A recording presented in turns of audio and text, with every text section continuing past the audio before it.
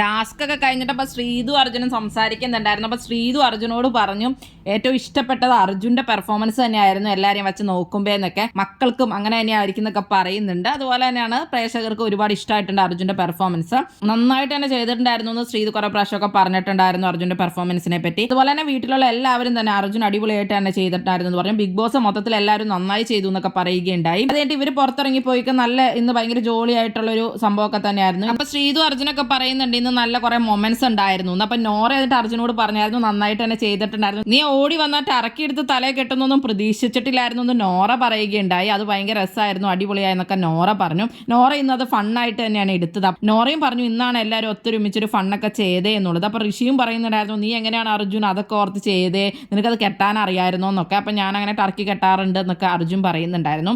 അതൊക്കെ ശരിക്കും പറഞ്ഞാൽ നോറയുടെ എല്ലാ സംഭവങ്ങളും അർജുൻ കാണിച്ചിട്ടുണ്ടായിരുന്നു കേട്ടോ. അതൊക്കെ അടിപൊളി തന്നെയായി എന്ന് പറയാം.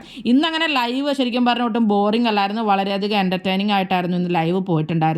കുറച്ച് ദിവസമായിട്ട് ഭയങ്കര ബോറായിരുന്നു ശരിക്കും. ഇനിയാണെങ്കിൽ ലൈവിൽ അപ്പോൾ ഉർവശി വരുവാണ് സിനിമയുടെ പ്രൊമോഷനുമായിട്ട്. അതിനുശേഷം പിന്നെ മിററിൽ ഇന്നപ്പോൾ അർജുനും സിജോയുമാണ് പറയാനുള്ളത്.